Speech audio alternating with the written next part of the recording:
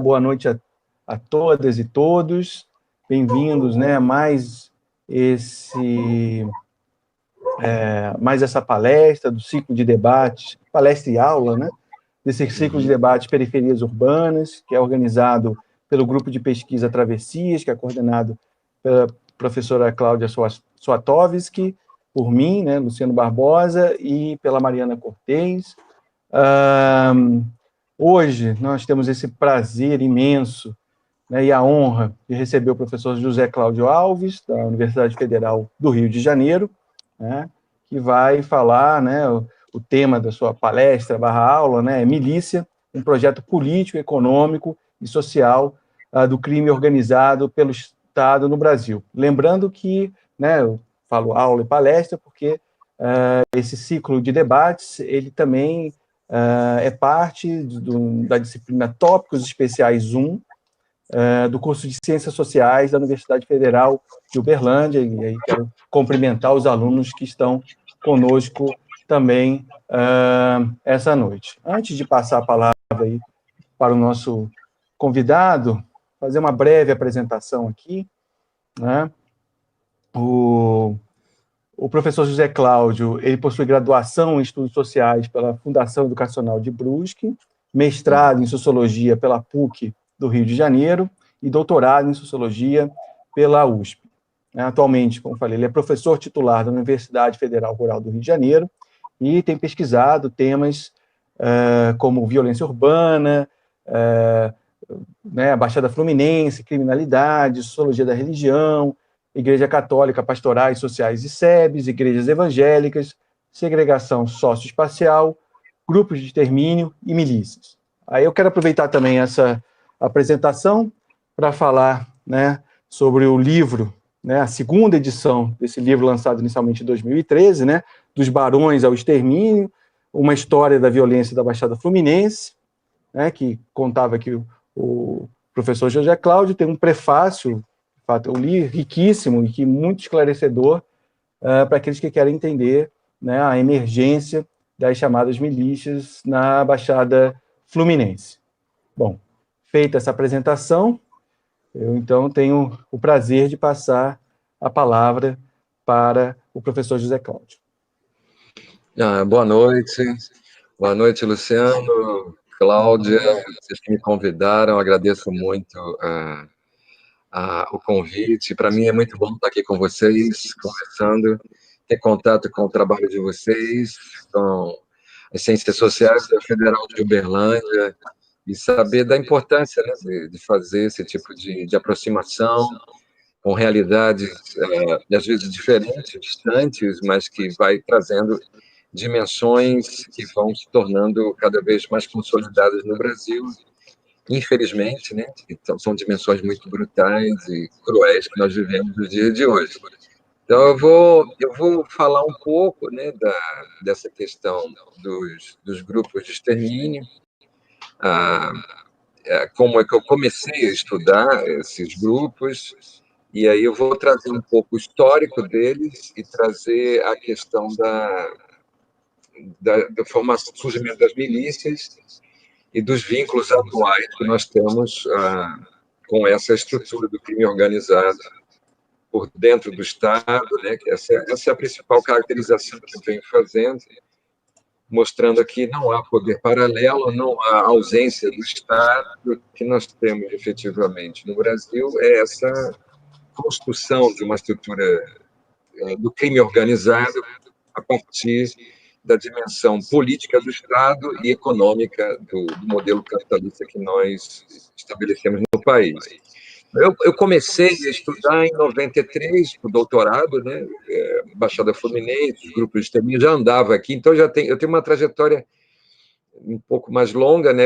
Em 83 eu cheguei na Baixada e comecei a atuar em movimentos sociais aqui na região, primeiro no campo, movimentos sociais do campo, ligado ao movimento camponês e ligado também à Igreja Católica nesse momento, e depois eu parti para militar em movimentos urbanos, associações de moradores, e aí isso me deu já uma aproximação dessa realidade, eu comecei a me deparar com ela.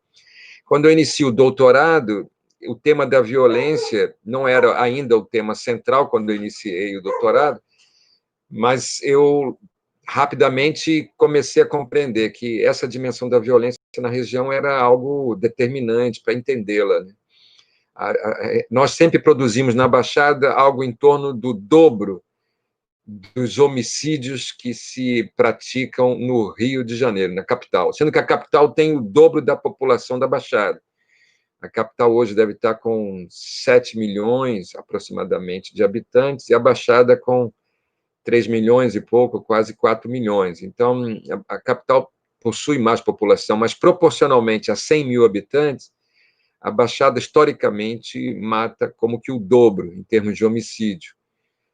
Hoje deve estar na casa dos 56 homicídios por 100 mil habitantes, enquanto o Rio de Janeiro está na casa dos 23, 24 homicídios por 100 mil habitantes. Então, isso era muito gritante. Como entender uma região marcada por essa violência tão brutal, nessa proporção, ao lado de uma capital como o Rio de Janeiro, com a sua história, né? De que forma isso se construiu? E aí eu me dediquei, a tese de doutorado é o livro, né, dos Barões ao Extermínio. Eu publico inicialmente em 2003, agora foi reeditado, com um prefácio onde eu faço uma atualização até 2015, né, dessa realidade. Então, eu me deparei logo de cara com a formação desses grupos de extermínio. Eles emergem numa estrutura vinculada à ditadura empresarial militar de 1964, então ela está colada à estrutura do Estado autoritário, totalitário, que nós tivemos aqui a partir de 64 até 85, uma estrutura extremamente brutal, assassina, que torturou pessoas, desapareceu com pessoas. Até hoje você não tem o paradeiro de corpos nem de pessoas daquele período. Então, ela criou uma estrutura, uma máquina de torturar, matar e desaparecer. Oficialmente, né, você tem os números oficiais de torturados, desaparecidos e mortos pela ditadura. Esses números não correspondem de forma alguma à realidade. A realidade é que foi criada uma dimensão ilegal, criminosa, né, assassina, que são os grupos de extermínio, e eles começam a emergir na região, não só aqui na Baixada. A Baixada eu estudei, mas esses grupos eles se estabelecem no país como um todo, né? Então, falando da Baixada, foi onde eu me dediquei.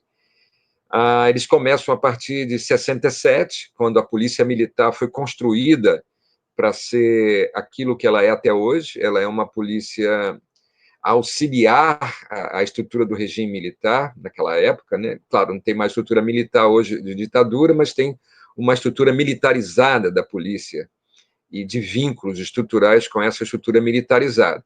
Ela é repressiva, ela é ostensiva, essa é a polícia militar. A partir desse modelo, os grupos de extermínio começaram a funcionar. Eles funcionam basicamente a partir de 3 importantes dimensões.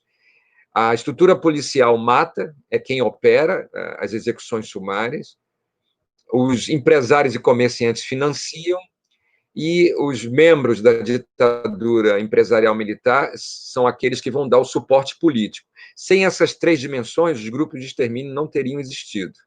Eles existem porque eles têm essa base. Eles têm uma base na estrutura do capital, do mercado que está ali interessado em implementar a lógica do extermínio para limpeza diária, para disputas concorrenciais, para resolver seus atritos na disputa de mercados e também para eliminar qualquer tipo de prejuízo que eles poderiam vir a ter a partir da ação daqueles que eles consideram como possíveis inimigos seus, né? No caso, o famoso bandido, o bandido bom, que é o bandido morto. Essa construção de uma imagem do inimigo, isso é determinante, né? Tanto para a segurança pública da época, hoje também, como para a compreensão dessa lógica do extermínio, do bandido bom e bandido morto. Então, eles montam no final dos anos 60, ao longo dos anos 70, essa estrutura funciona perfeitamente. Eles começam a matar num patamar jamais visto na história, nem da Baixada, nem do Brasil. Eles começam a alcançar um volume de corpos. Isso são os dados oficiais, pessoal.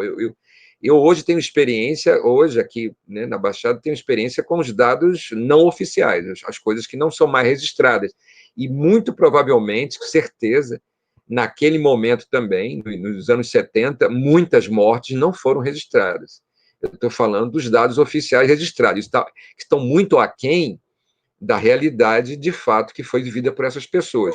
Porque quem são essas pessoas? São as pessoas pobres, miseráveis, negros, moradores de periferia, moradores de favelas aqui da Baixada, que constituem essa massa a ser trucidada por uma estrutura cruel, criminosa, sanguinária, que vai beneficiar a estrutura do poder, quem tem poder naquele momento, no caso a ditadura, e os seus políticos vinculados à ditadura, que tinham interesse em manter essa estrutura de poder, e aos grupos econômicos que havia aqui na Baixada e que queriam também participar desse projeto econômico e político. Há uma economia política desse sistema que é calcada no crime, na execução sumária. Eles dependem disso para existir, para se projetar, para poder ter mais ganhos, eles vão ter ganho de todos os lados, eles vão ganhar economicamente, eles vão ter monopólio de bens. O que a milícia faz hoje, legalmente, era feito anteriormente na ditadura por grupos econômicos comuns, né? Então, você vai ter monopólio de serviços, monopólios de venda, o preço que você estabelece, vai ter ganhos eleitorais, você vai começar a construir currais eleitorais e controlar votações desses currais eleitorais, você tem ganho social, você se projeta como personalidade política, como personalidade econômica, então você tem uma projeção social e cultural, porque você passa a dominar a concepção cultural daquela região, daquela área.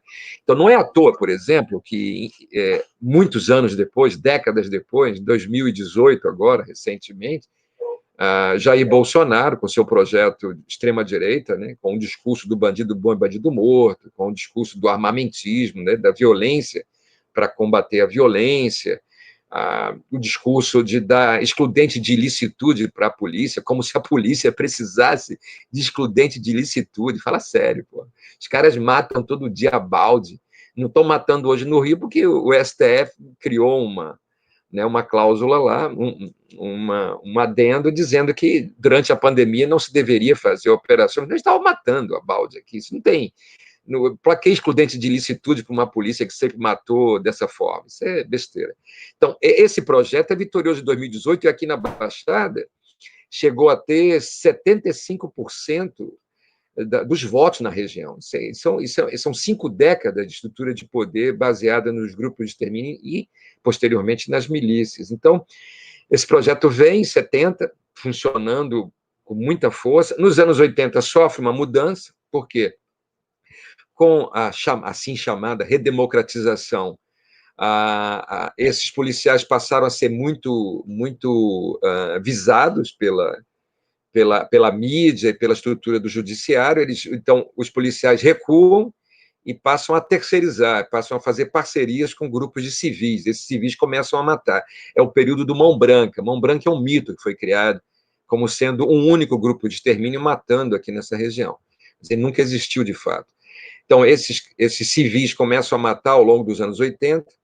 Quando inicia-se os anos 90, esses civis vão começar a se eleger. Então, é o momento que os matadores chegam ao poder. Eles se elegem vereadores, deputados estaduais, prefeitos. Eu cito o nome deles, afinal de contas, eu sou o único maluco que faz essas coisas nesse país. Então, eu cito no meu livro o nome de alguns desses matadores. Tem uns que estão vivos até hoje, me conhecem também. Então, eu circulo no meio dessa galera, né? Como eu estou vivo, eu não sei, mas tudo bem. Acho que não incomodo ainda muito a eles, mas fico sempre pensando se um dia eles vão ficar incomodados comigo. E esses matadores se elegem, e aí, a partir de meados dos anos 90, você começa a constituição do que seriam as milícias, para que, a partir dos anos 2000, aí sim, você tem a milícia como ela é hoje. Quais são os 5 pontos de continuidade, que dão a continuidade dos grupos de extermínio para as milícias? São 5 elementos. Primeiro, eu já falei um pouco, eles são servidores públicos, eles são funcionários, são servidores do Estado. Então, não há nenhum poder paralelo, não há nenhuma ausência do Estado. É o próprio Estado que está ali na figura do seu agente público. Então, o primeiro grande elemento que une grupo de extermínio e milícia é esse ponto. Segundo, eles são especialistas em provocar dano à vida alheia. Eles são treinados diariamente, a partir dos impostos que eu e que você pagamos para o Estado, para ferir, torturar, matar pessoas a partir da lógica de segurança pública, que é uma lógica voltada para isso, para uma guerra incessante contra o tráfico, como se a guerra ao tráfico fosse, de fato, resultar em algum efeito, em alguma transformação da realidade do tráfico. Vocês tiveram aí o Gabriel Feltran conversando com vocês, eu acho que ele foi capaz de mostrar isso, como que a estrutura toda, né, do PCC, do tráfico, ela tem a sua base, a sua grande base, na estrutura do próprio Estado, dos presídios, do suborno, do arrego. A mesma coisa aqui no Rio de Janeiro, em qualquer lugar do Brasil, você só tem o tráfico de drogas na proporção que ele chegou, porque você tem a presença dos agentes do Estado, da própria polícia, no caso. Então, eles são treinados, são policiais, são treinados para ferir, matar e torturar pessoas. Terceiro elemento, eles recebem financiamento de empresários e comerciantes, tanto os grupos de extermínio como os milicianos. Eu costumo dizer que a milícia nada mais é do que a fase miliciana dos grupos de extermínio. Quarto elemento, eles têm controle territorial, então eles têm demarcação territorial da atuação deles. Verdade que os grupos de extermínio tinham uma atuação mais fluida, num espaço mais amplo, mais fluida, mais com percursos, enquanto que a milícia não, é mais fixa, detalhada e mais rígida sobre os espaços urbanos que eles estão controlando. Mas ambos trabalham com controle territorial. E o quinto elemento de continuação, que une grupo de extermínio e milícia, é o fato de que eles têm trajetória político-eleitoral, eles se elegem, eles se transformam em personalidades políticas. A votação, as eleições, fazem uma espécie de lavagem de cidadania.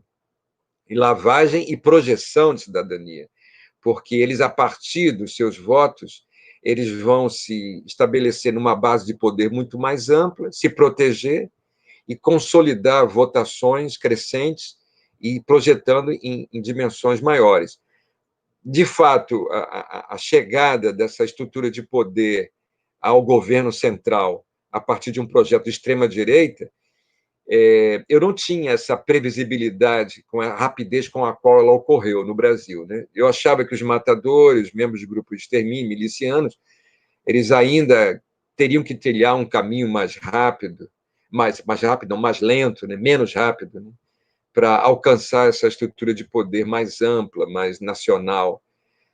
Mas toda a conjuntura que foi construída a partir do golpe de 2016, um golpe midiático, um golpe do judiciário, jurídico, parlamentar, que foi a deposição da Dilma, depois a conexão com a estrutura da Lava Jato, com o bloqueio, né, do principal candidato, que era o Lula, e com a projeção feita tanto pelo judiciário como pela estrutura militar, né, das Forças Armadas, com a projeção do projeto de Jair Bolsonaro, toda essa dimensão se precipitou e revela para nós a capacidade, né, de poder que esse projeto de 5 décadas, estou falando de 5 décadas de poder, como que esse projeto foi capaz de alcançar hoje o que nós estamos vivendo nesse país.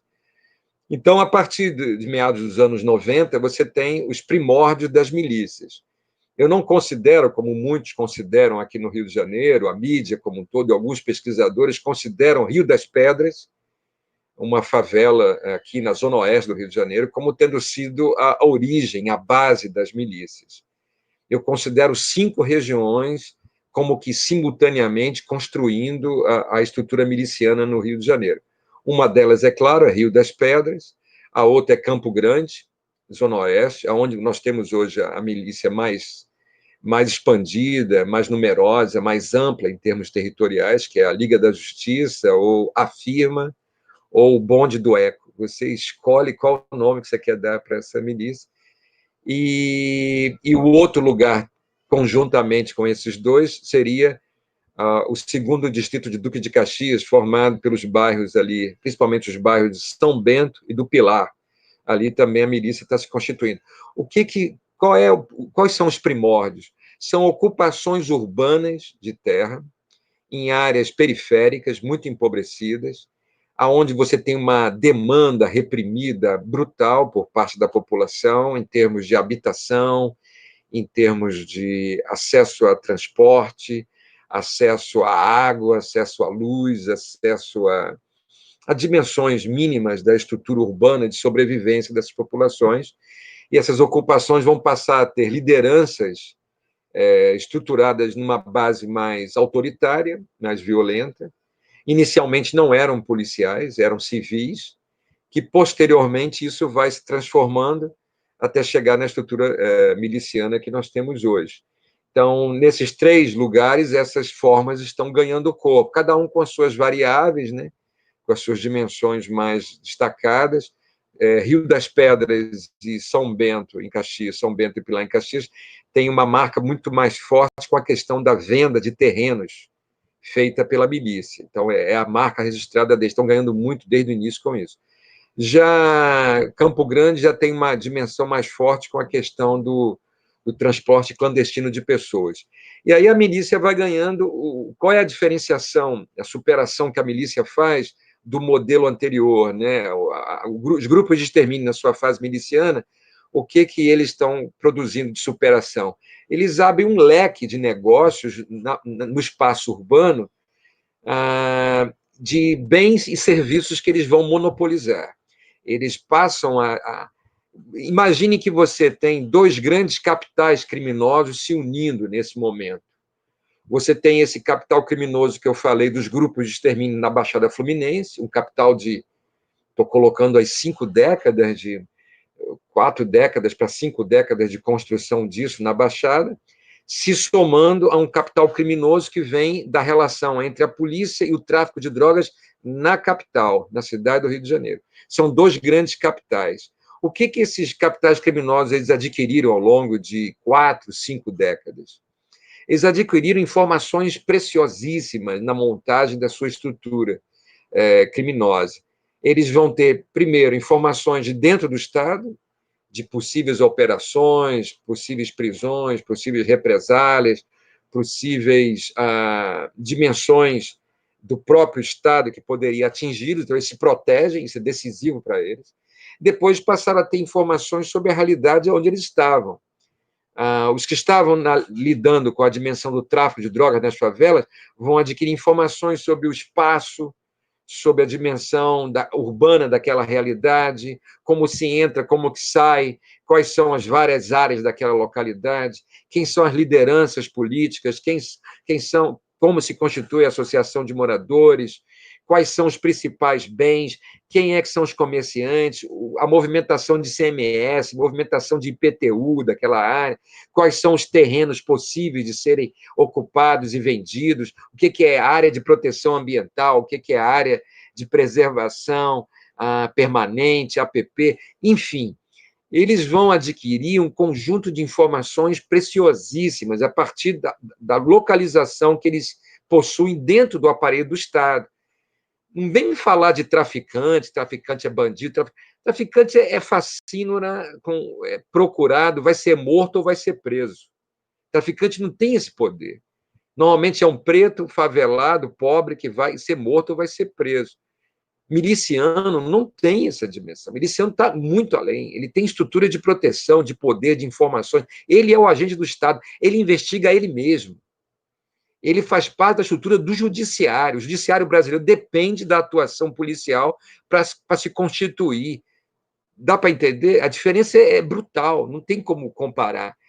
Isso é papo furado de extrema-direita dizer que tá protegendo o traficante. O traficante é um pobre coitado, vai morrer ali. E vai morrer na mão da polícia que ganha com ele. A polícia que permanentemente vende armas, vai permitir entrada de droga, vai ganhar arrego o tempo todo em cima deles, vai estabelecer padrão. Polícia que vai atuar junto com uma facção para favorecer a outra facção, para depois ganhar mais arrego ainda. Então, essa estrutura do tráfico é a bucha, é o bode expiatório.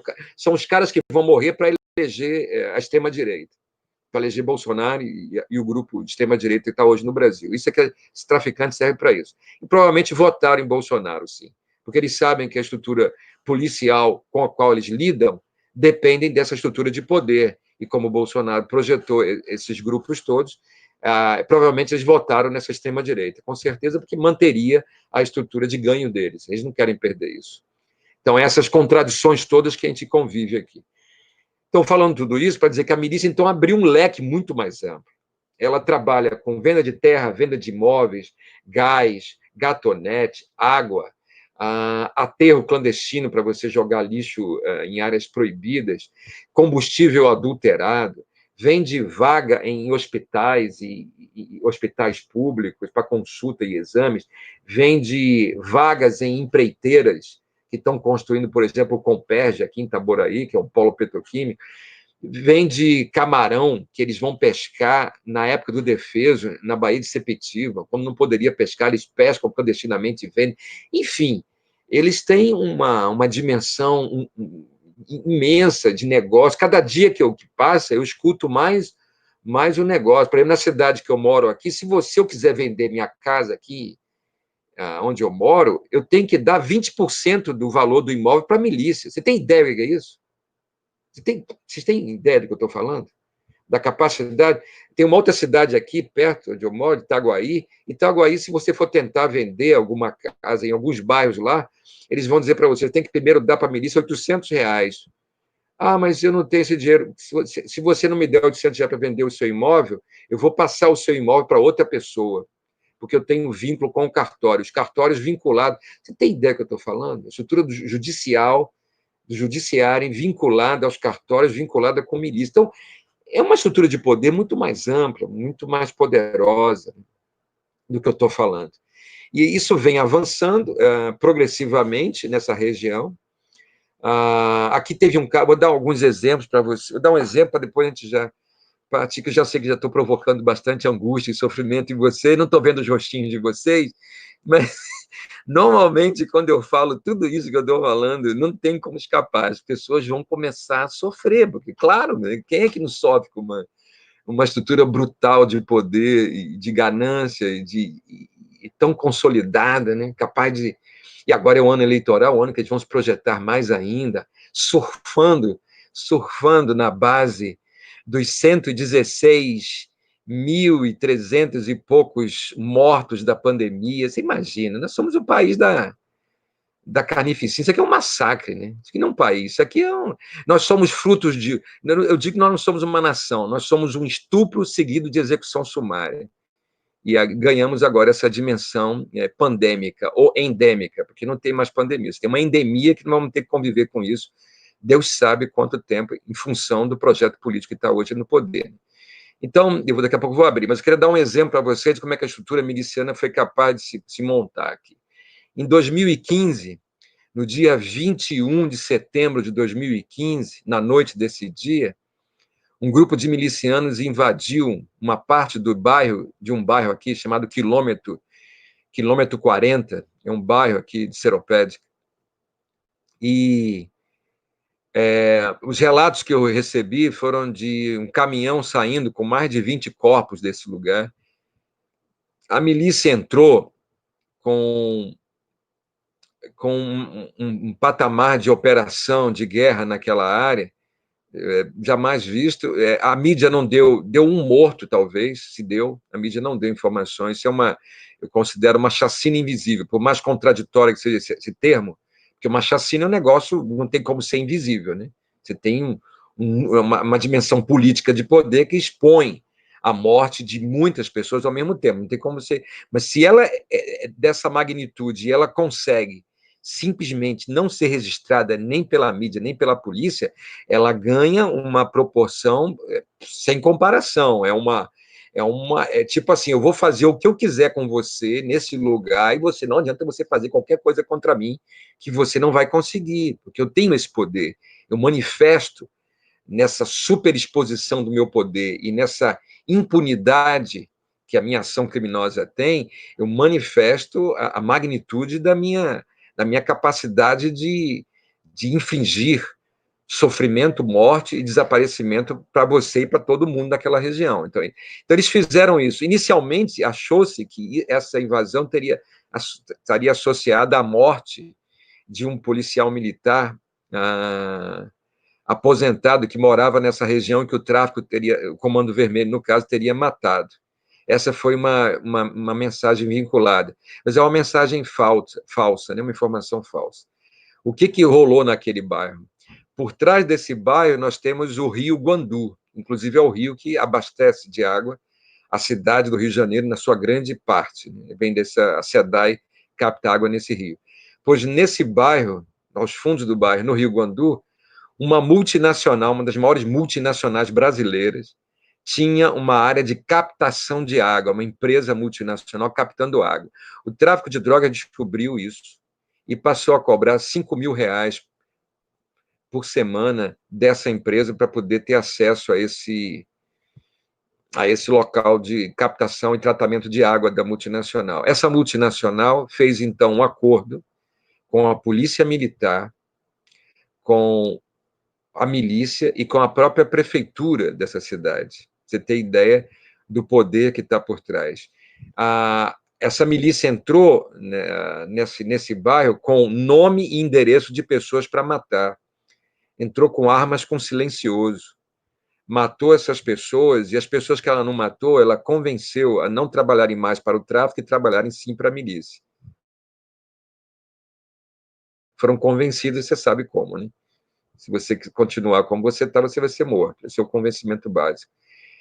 No dia seguinte, essa chacina invisível, algumas pracinhas do bairro, as ruas foram limpas e pintadas, praças inauguradas pela prefeitura. Então, foi uma operação conjunta de poder público, poder do Estado, poder político, sistema de segurança pública do Estado e o crime organizado a partir desse sistema de segurança público, que são as milícias. Se você tem ideia da proporção, né, da força que esses grupos estão alcançando aqui nessa região. E é uma estrutura que foi montada, né, ao longo desse tempo. Então, no fundo, estamos nos deparando com isso, e como é um ano eleitoral, esses caras estão se projetando eleitoralmente, e provavelmente vão ter boas votações nessa região da Baixada, com o atual governo, um governo que detém muito poder ainda, respaldado pela estrutura da juristocracia, né, brasileira, que define quem fica e quem não fica no poder, e também pela estrutura das Forças Armadas, que já lá em 67 foi responsável por criar os grupos de extermínio e que agora é responsável pela manutenção de uma estrutura favorável à existência das milícias. Lembre-se, vocês, isso é um detalhe importantíssimo, em 2018 nós tivemos a intervenção federal no Rio de Janeiro. O responsável pela intervenção no Rio de Janeiro, o senhor Braga Neto, general Braga Neto, hoje é o ministro da Casa Civil. Naquele momento, o assassinato da Marielle Franco, em março daquele ano, ocorreu exatamente no início dessa intervenção. Em nenhum momento dos 10 meses de intervenção, qualquer informação foi dada sobre investigação desse crime. Um dos principais suspeitos do assassinato da Marielle, e vinculado a outros crimes associados ao gabinete do senhor Flávio Bolsonaro, atual senador, e naquele momento, então, naquela época desses crimes ocorreram, era deputado estadual, crimes vinculados a verbas de assessores do gabinete parlamentar, verbas que foram utilizadas em negociações com a milícia, provavelmente negociações, com certeza, de construção de imóveis irregulares. Essas investigações estão em andamento.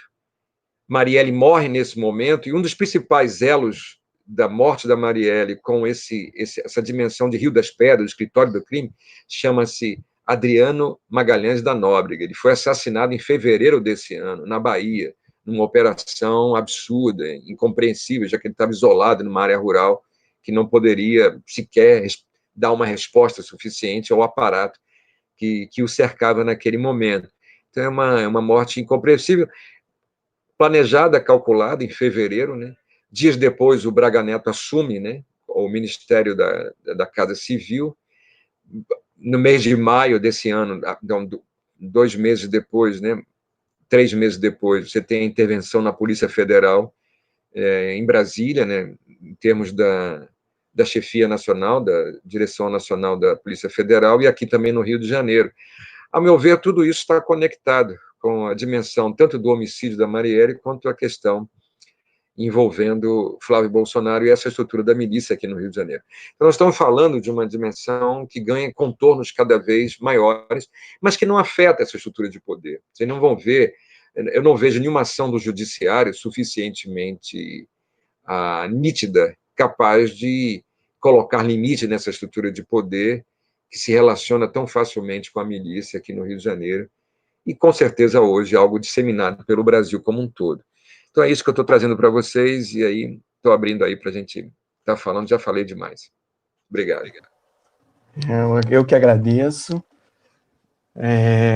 Eu acho, né, que foram, mais uma vez, né, já conheci um pouco o trabalho do professor, são relatos sempre que nos deixam um pouco sem palavras até, né, a gente fica um pouco impactado, a gente tem que respirar um pouco depois, né. Tá todo mundo falando aqui no chat, os alunos estão todos impactados, né. Nesse momento, bom, não, claro, a gente vai abrir para discussão, né, esperando agora que as pessoas se recuperem um pouco, né, para poder colocar, né, as inscrições estão abertas para aqueles que quiserem, né, postar ou mesmo aqui pelo microfone, aparecer pelo vídeo, né, e conversar e colocar questões aqui. Eu acho que é um tema muito rico, há muito que se falar. Vamos esperar aqui eu vou me inscrever depois, vou esperar primeiro as pessoas irem se inscrevendo, tem pessoas aqui pedindo para respirar um pouco primeiro. Tranquilo, tranquilo. Eu peço até desculpa, porque eu sou meio assim, né? Eu vou com tudo. Sabe o que é isso? Isso é porque, ao longo da vida, eu falava 40 minutos sobre o meu tema, e aí vinha alguém e dizia: você é defensor de vagabundo, defensor de bandido. Aí eu falava: o tempo todo eu falando aqui, só agora as pessoas vêm falar, aí me coloca na contramão. Aí eu mudei, eu falei, já começava, parece, já... Pessoal, estou aqui para defender vagabundo, traficante, parará, e a pessoa susto, né? Aí até ele reagir, eu já estou lá na frente, então eu mudei. Então eu acho que ganhei um pouco essa estratégia, já vem com tudo. Aí eu assim, o que eu faço agora? Desculpa, pessoal, você faz parte já do calejado já de apanhar. Eu não sei se alguém... Eu imagino, deve ser... Eu imagino o impacto em determinados locais em que você faz essa fala, como é que as pessoas devem reagir, né? Quer dizer, talvez eu não consiga imaginar a real dimensão do que é, como é que é o impacto. Eu quero ver um bandido estuprar sua filha e matar, se você vai falar isso. E tem tudo, tem tudo. Você vai começar a brigar com todo mundo, é uma loucura. E hoje, na época que a gente vive, então, imagina, né? Ainda bem que eu estou protegido aqui, né? Levando mais tanta... É verdade. Acho que, como ainda ninguém, acho que se recuperou ainda, deixa eu ver se... Eu ia falar, mas eu não tenho perdão. o chat. Não, claro, pode falar. Só se apresentar aí e entrar. Porque dá para me ver? Ainda não... Deixa eu procurar aqui. Se você está aparecendo aqui no vídeo, ainda não.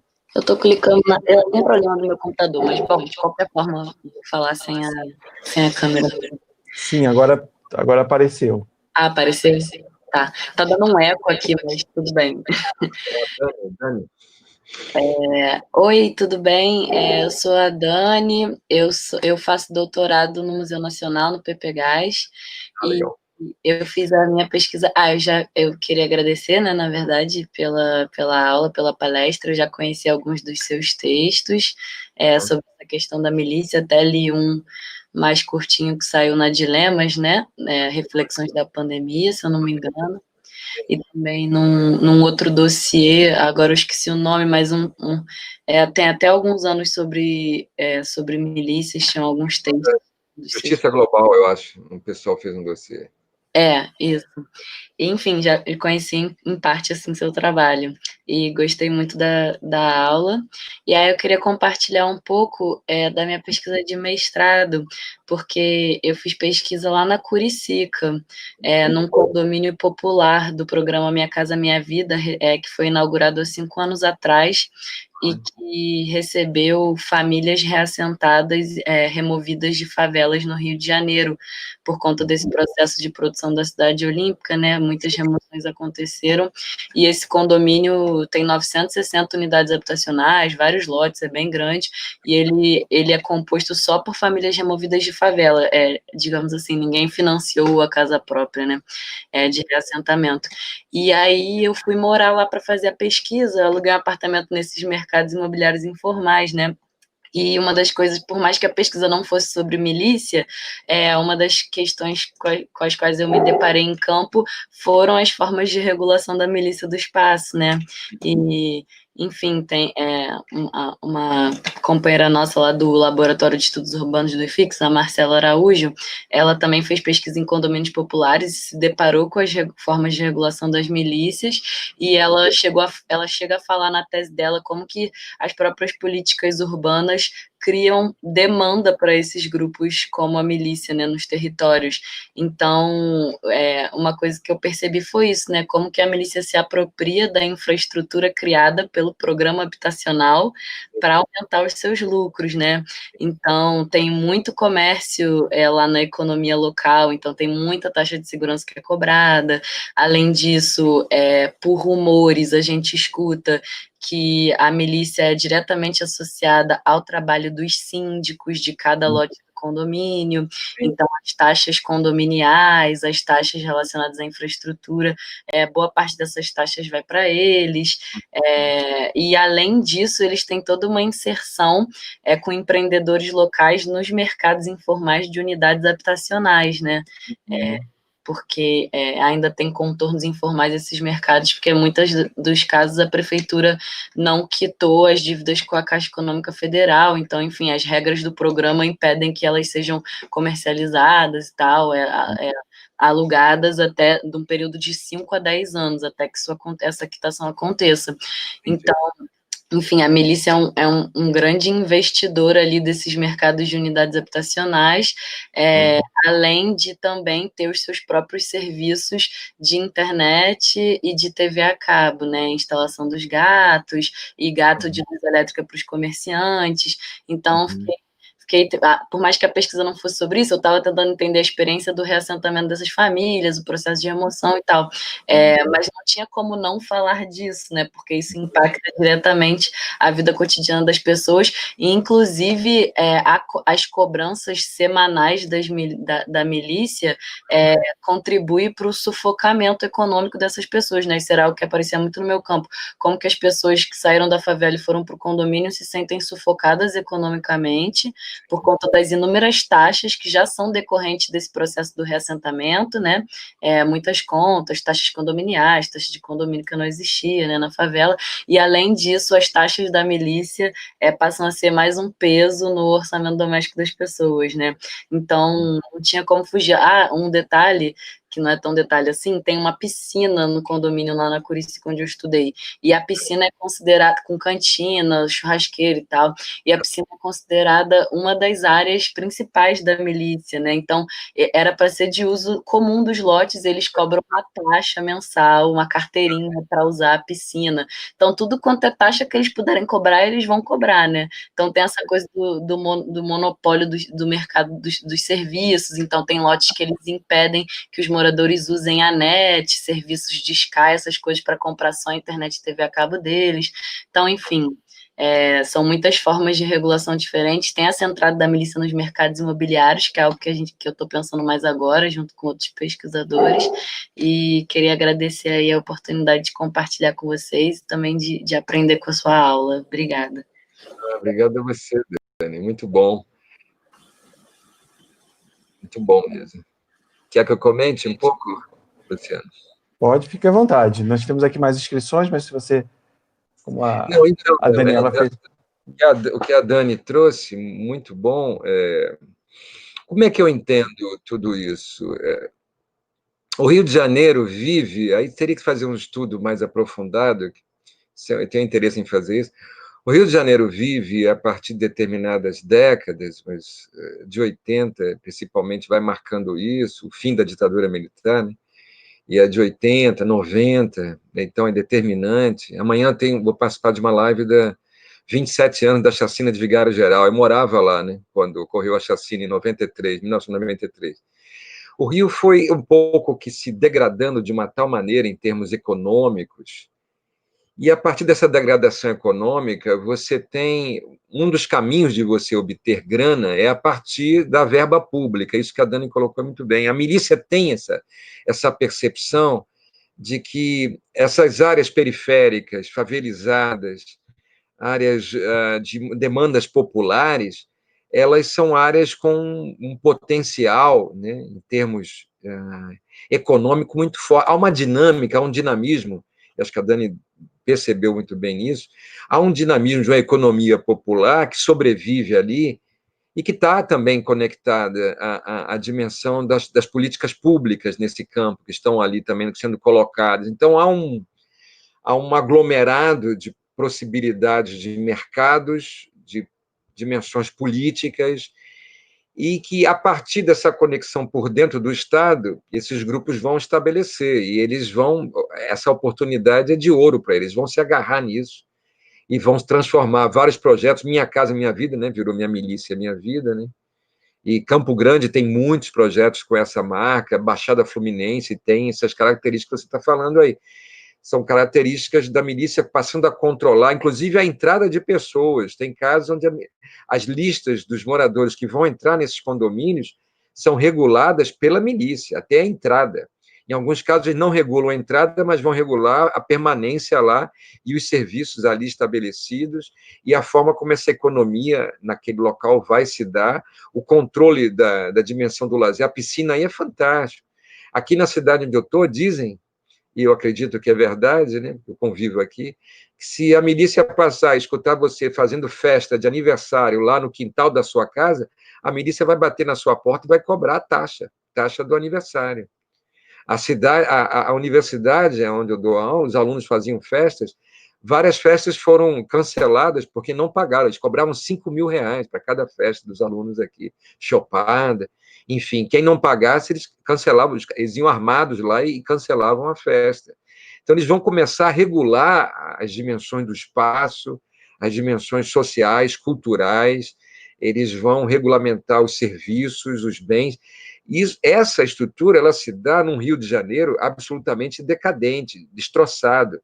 É como uma espécie de salve-se quem puder, e a milícia, como tem capacidade de poder, vai abocanhar um mercado a partir da estrutura política que ela ocupa, a estrutura de poder do Estado, a estrutura da violência, do crime organizado onde ela está localizada, e a partir daí ela monta a sua estrutura e não tem como fechar. Então, a Dani, essa outra aluna também que ela citou, vão se deparar com isso, né? E aí, mesmo fazer uma pesquisa como a Dani fez, tem que ter coragem, você não pode dar bobeira, né, de falar ou simplesmente se expor em ambientes desse tipo, são ambientes controlados, as informações ali são monitoradas, né? É muito bom escutar esse trabalho seu, parabéns, e agradeço por estar aqui dialogando comigo também.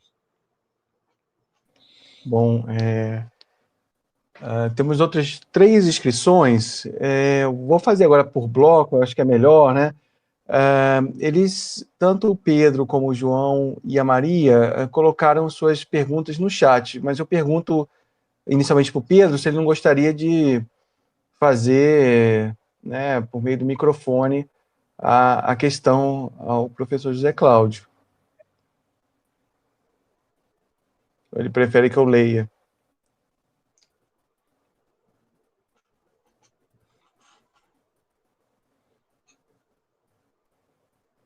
Pode ser? Você prefere... ele prefere que eu leia, talvez ele tenha alguma. Bom, então o Pedro Igor Moura, né, ele pergunta, professor, as milícias com essa dimensão territorial tão bem demarcada, qual a medida da relação dessas organizações com os trabalhadores informais dessas áreas? Eu vou fazer também a questão para o João Vitor. João Vitor, você não gostaria de fazer diretamente a pergunta para o professor?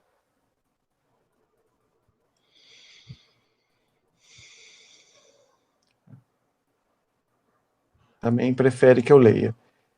Então, ele também... Professor, mesmo, essa é a pergunta do João Vitor Pereira, Professor, mesmo com toda essa estrutura complexa que a milícia estabeleceu, há um caminho ou possibilidade dela desaparecer algum dia? E, por último, aqui para fechar o bloco com 3 questões, a Maria Sônia. Também, Maria, você prefere fazer a pergunta diretamente ou prefere que eu leia? Ela prefere também que eu leia. Então, essa é a pergunta da Maria Sônia. Ela pergunta: quando pensava no controle de territórios pelas facções, relacionava com a ausência do Estado. É impactante essa inversão de que o Estado está mais do que nunca associado aos milicianos. Há uma rede que está dentro das instituições lhe dando funcionalidade, novamente, tem saída? Eu acho que estão todos aí procurando uma saída. Então, passa a palavra. Então, vamos lá. Vou começar lá com o Pedro, né? De fato, há uma relação da milícia com a estrutura da informalidade. Eles são os mais frágeis, né, Pedro? Eles são os mais expostos, né? Os mais desamparados pela sociedade. Essa informalidade, essa precariedade na qual eles vivem, os torna vítimas, né? Reféns de uma estrutura criminosa muito consolidada e muito forte por dentro do Estado, com esse poder todo que eu falei para você. Então, o que parece que as milícias têm feito ao longo do tempo é o seguinte: ao invés de elas ganharem muito em cima de alguém, sei lá, estruturar empresários ou comerciantes de grande peso, e aí eles, né, ganharem em cima do que vinha anteriormente sendo feito em alguns momentos da história do crime organizado, sequestros, roubos, isso continua existindo. Mas a milícia faz uma inflexão e cria uma variável aqui determinante. Eles preferem, em grande medida, ganhar pulverizadamente falando. Então, eles preferem tirar um pouquinho de muita gente. É mais ou menos essa lógica miliciana. Então, por exemplo, tem relatos do mototáxi. O mototáxi tem que pagar semanalmente, sei lá, 150, 160, tem valores que vão subindo, né, reais por semana para a milícia que controla aquela região. Então, você já sabe que esse dinheiro vai ter que ser dado. Então, eles vão controlando. Se você tem uma milícia aqui em Santa Cruz, tem até uma matéria do jornal do Sérgio Ramalho, chamado Viação Coringa. O miliciano lá, ele criou um símbolo, que é aquele smile, aquele rostinho sorrindo, só que é um smile largo, é um smile do palhaço, né? E lembrava, então, o Coringa. Então, o Sérgio criou essa expressão, viação Coringa.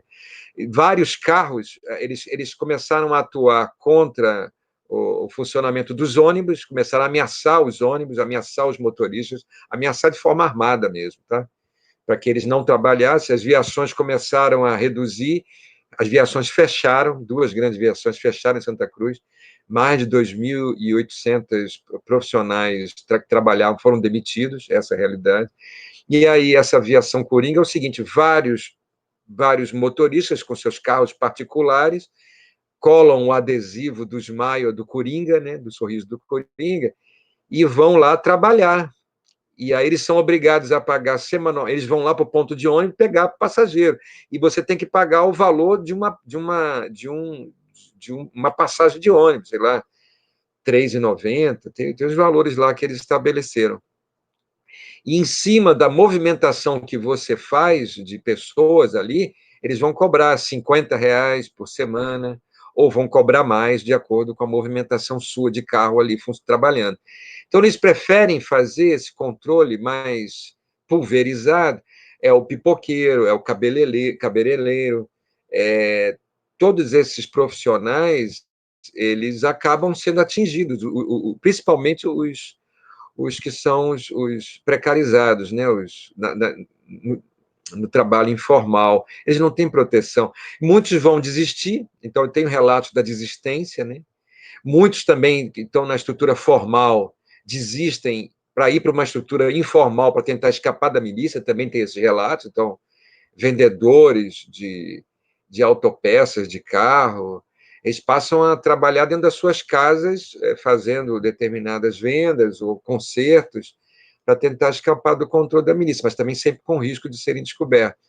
e os informais que vão desaparecer, que começam também a desistir, e as histórias também de mortos, né? Pessoas que não pagaram, que resistiram e que acabam sendo vitimados.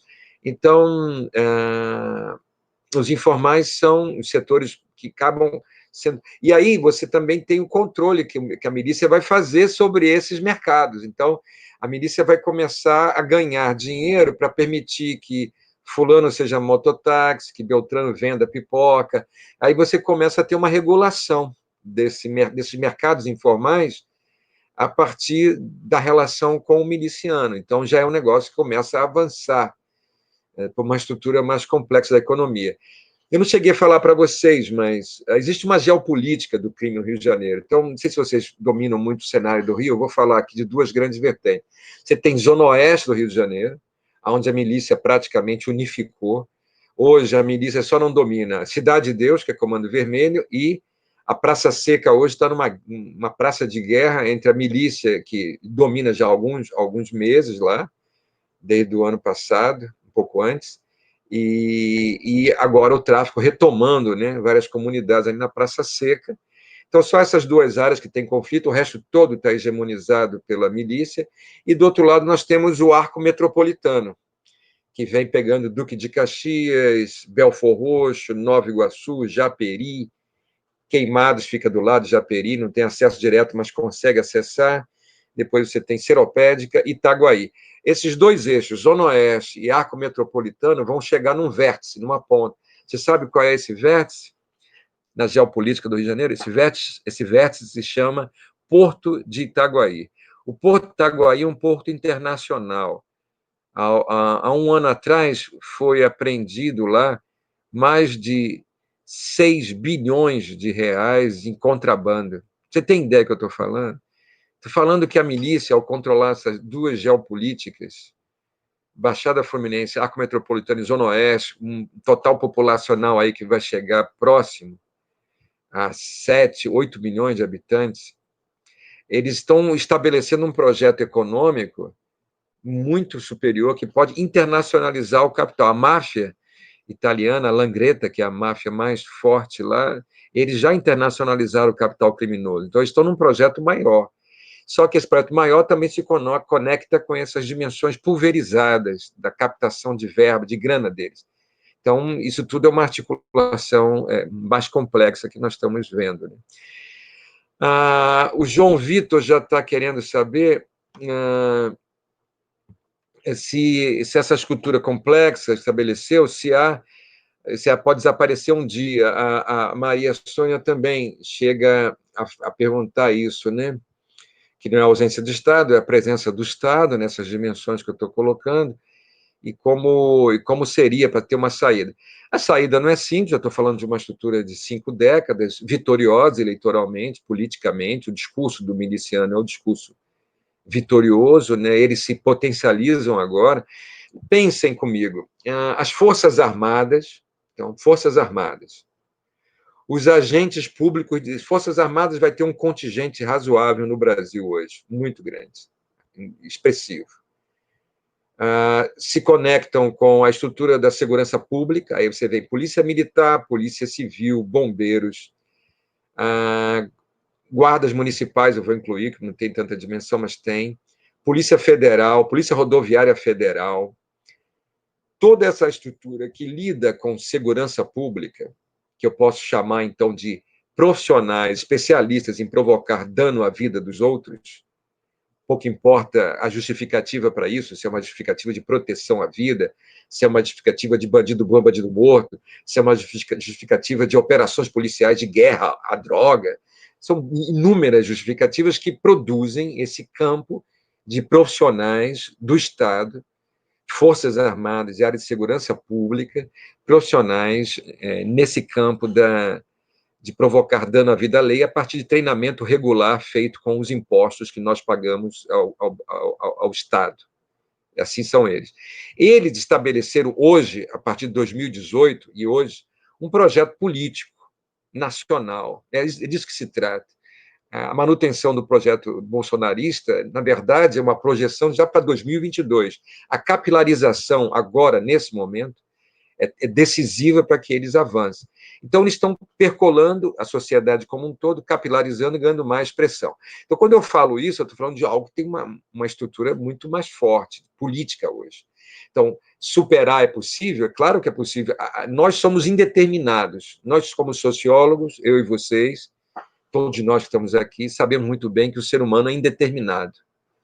A nossa dimensão é de construção social, é de capacidade de interação, de relacionamentos, de estabelecimento de compreensões sobre o mundo, de trocas em termos de informação, de cultura, de conhecimento, de produção.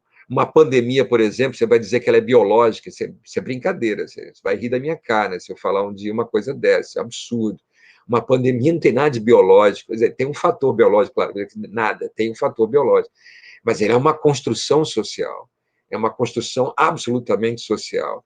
Para matar 116 mil pessoas no Brasil, nós que correspondemos a 2,5% da população mundial e que hoje produzimos 15% das mortes pela Covid-19 no mundo, isso não tem nada de biológico, isso aí é uma construção puramente política, social, econômica que esse país construiu. Nós construímos isso. Então, essa dimensão, apesar dessa dureza toda, nós sabemos que nós somos indeterminados. Nós poderíamos não estar tendo 116 mil pessoas mortas no Brasil. Nós poderíamos ter tido, se o Mandetta, decentemente, quando foi ministro, tivesse dado a atenção básica do SUS e preparado o SUS, e não jogado todo mundo nas costas das emergências dos hospitais, e massacrado o sistema de saúde, os profissionais da área de saúde, massacrado a população pobre de periferia e favelas e continua sendo massacrado, não teríamos chegado a isso. Se tivesse testagem no Brasil, se fosse uma decisão pública, política de testagem em massa, como os países que avançaram fizeram, não teríamos 116 mortes. Então, há decisões políticas, decisões sociais e culturais e econômicas que vão determinar as relações, a produção de uma pandemia. O mesmo se dá em relação ao crime organizado. São decisões que vão ter que ser tomadas ao longo do tempo. Aí sim, são decisões políticas, econômicas, sociais, culturais, e aí você vai ter um embate em torno dessas decisões. Então, algumas são muito claras para mim, que já estudo há muito tempo. A primeira delas é: se você permanece numa política de segurança pública, fazendo guerra às drogas, esse projeto vai ser sempre vitorioso e nunca vai ser destituído do seu poder. Por quê? Porque ele surge, ele emerge, ele se constitui a partir da guerra às drogas. A estrutura de extermínio, a estrutura do bandido bom e bandido morto, a estrutura do inimigo da nação está calcada numa lógica de que o traficante, o inimigo, tem que ser morto. Somente saindo dessa lógica, uma lógica estúpida, porque quando você tem guerra às drogas, os países que fizeram guerra às drogas, pega a guerra à maconha nos Estados Unidos, Ronald Reagan, quase 10 anos de guerra às drogas. O que aconteceu lá? Somente os grandes grupos traficantes vão sobreviver, os pequenos desaparecem todos. Segundo, o preço da maconha, que era baixo, virou um preço altíssimo, então o mercado fica superaquecido, a demanda vai buscar uma oferta que cai e o mercado fica muito poderoso, muito elevado. E terceiro, a maconha, que era comprada fora dos Estados Unidos, passou a ser produzida dentro dos Estados Unidos. Então, eu pergunto a você, qual é o pó branco que mais mata no mundo? Você sabe me dizer qual é o pó branco que mais mata no mundo? Se você pensou cocaína, você errou estupidamente. O que mais mata no mundo, o pó branco, chama-se açúcar. Alguém aqui, entre nós, vai defender a proibição ao açúcar? Claro que não. Primeiro, toda a indústria alimentícia mundial, os burgueses todos que dominam a indústria alimentícia, querem manter o açúcar, dane-se que vai morrer milhões de pessoas por diabetes, vão perder... Não é uma morte bonita não, tá, galera? Não sei se vocês conhecem isso, né? Vai cortar parte do seu corpo, perna, vai ficar cego, até morrer. É assim que se morre de diabetes. Eles não estão nem aí. Eles têm o seu lucro, mas nós sabemos que não é proibindo o açúcar que nós resolveríamos. A dimensão da dependência química, a dimensão da saúde, ela tem que ser tratada como forma predominante. Então, a dependência ao açúcar é uma questão de saúde, de educação, de cultura, de preservação da saúde das pessoas, de mudança de hábito alimentar. E todo mundo sabe disso. Você não vai proibir o açúcar. A mesma coisa, as drogas ilícitas, cocaína, maconha, crack, seja lá, heroínas, as drogas ilícitas, se você for lidar com uma lógica de proibição à guerra, você vai levar ao mercado, você vai potencializar os grupos que traficam, os valores são muito maiores e o consumo continua em ascensão. Por quê? Porque a sociedade que precisa da droga é uma droga de sociedade, é uma sociedade de excluídos, uma sociedade que dizima pessoas, que impede que as pessoas tenham minimamente prazer. A droga é uma substituição imediata do prazer que você está buscando na vida. Se você não tem prazer na vida, você busca um substituto para isso. Aqui é uma expressão popular que eu estou falando aqui, psicologia de botequim. Mas por trás dela, eu estou dizendo, nós somos uma sociedade calcada na ausência de prazer. Nós somos destruídos no trabalho, não temos direitos, não temos habitação, não temos condições mínimas sociais de reprodução. As mulheres negras, elas estão lá embaixo, degradadas. E aí, como é que você sobrevive num mundo todo marcado por esse sofrimento? As drogas vão aparecer, e não é a guerra a elas que vai resolver. Você teria que fazer todo um trabalho de saúde, de educação, de cultura, e as sociedades que avançaram fizeram isso. As sociedades que avançaram nesse tema fizeram esses projetos muito mais competentes para lidar com a questão da dependência química. Então, esse é um passo decisivo, se você quer discutir milícia. Segundo passo decisivo, a desmilitarização da estrutura policial, essa hierarquia, esses comandos, essa estrutura hierarquizada e corrompida, onde o comandante tem que receber no final de semana seus 30, 40, 50 mil reais na mão por conta do arrego, do suborno, da corrupção dos praças lá na ponta, lá na rua. Essa estrutura tem que desaparecer. O policial que cumpre ordens, que vai cumprir ordens sem ser capaz de se pensar como profissional, como agente público, que não dialoga com a população onde ele atua, que trata essa população com segregação, com estigmatização, agredindo brutalmente. É claro, eu estou falando aqui num patamar que é o patamar nosso. Se você for discutir comigo utopias e projeções futuras, aí eu falaria de revolução. Mas hoje no Brasil falar de revolução é piada, né? Quem vai fazer revolução é a milícia. É o mito faz revolução, né? Ele não precisa nem de arma na mão, né? Deixa morrer na mão do SUS, que ele não dá assistência. Então, ele consegue matar os seus 116 mil e falar, e daí? Então, esse é o mito, essa é a construção deles. O projeto revolucionário da extrema-direita é esse. Se fosse falar um debate revolucionário no campo da esquerda, dos comunistas, dos petralhas, eu não sou petista, tá? Eu fundei o PT e saí em 2003, quando vi o que o PT ia dar, e deu no que está dando aí. Isso é um outro debate, a gente vai chegar também, aproveitar, deixa então, falar do PT, né? Aproveitar, deixa, só o seguinte, quando a Comissão da Verdade foi criada em 2009 pelo Lula, e depois formalizada no governo Dilma, a Comissão da Verdade tivesse o seu papel inicial respeitado, que era de levar a indiciamento e jurídico, indiciamento na justiça, os torturadores, assassinos, criminosos da ditadura militar, eles não estariam hoje se elegendo e se projetando no país. Quando foi criada a Comissão da Verdade e houve a grita por parte dos ministros das Forças Armadas, do Nelson Jobim, que era o cara do PSDB que o Lula colocou lá para fazer média, se eles, ao pedirem renúncia, tivesse sido aceita a renúncia, tivesse sido colocado alguém lá, se o STF tivesse capacidade, condição de refletir sobre o que foi essa tal da anistia, que anistia os crimes bárbaros que esses torturadores e assassinos da ditadura fizeram no Brasil, se nós tivéssemos feito esse dever de casa lá pela esquerda, quando ela esteve no poder, nós não estaríamos hoje onde nós estamos. Então, houve um erro, houve um equívoco. Esse equívoco tem que ser assumido. Isso é autocrítica. Não venha com o papinho furado de volta de Lulinha, paz e amor, que vai resolver o Brasil de novo. Isso é palhaçada. Vamos voltar ao patamar que nós estávamos antes e que nos levou a chegar onde nós estamos hoje. Então, é preciso ter essa compreensão. É preciso ter ações muito mais contundentes em relação a isso. A Argentina chegou a fazer atuações mais duras, e o crime organizado lá não alcançou esse patamar. O Uruguai fez ações mais duras e julgou.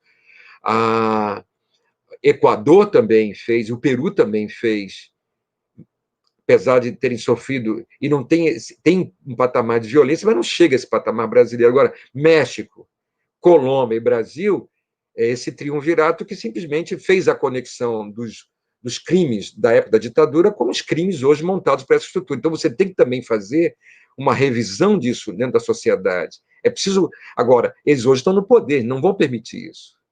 Eles não vão permitir. O STF, que deu a entrada para Jair Bolsonaro, e as Forças Armadas, que dá sustentação para o Bolsonaro, eles não vão fazer esse projeto. Mas essa é uma demanda que a sociedade tem que lutar por ela. Você tem que fazer julgamento, investigação e julgamento desses crimes cometidos na época da ditadura. Senão, eles sempre estarão no poder, exigindo que eles são a reserva moral, a garantia anticorrupção que eles dizem que são, que é uma balela, porque os grupos de extermínio surgiu com eles. O crime organizado mais poderoso do Brasil surgiu com a ditadura militar. Eles são os autores disso, eles não têm isenção alguma. Então, essa canalha assassina, ela sempre é serviçal da estrutura do poder econômico que está nesse país. Então, você teria que também se confrontar com isso. E um outro elemento que o governo Lula tinha na mão, mas não implementou, a esquerda não implementou, é o seguinte: países que avançaram em termos de luta contra a violência, eles fizeram políticas públicas expressivas e articuladas. Não adianta você fazer uma politicazinha pública isolada numa direção, você não vai conseguir nada. Então, eles fizeram permanência de jovens em salas de aula com atividades socioculturais, que não são aulas convencionais, atividades socioculturais, à noite e nos finais de semana. Você tem que abrir escola no final de semana, abrir escola à noite, você tem que pagar os funcionários para fazer isso, para dar a esse jovem uma capacidade de pensar a si mesmo e a sociedade. Eles fizeram isso, Holanda, Estados Unidos e Inglaterra.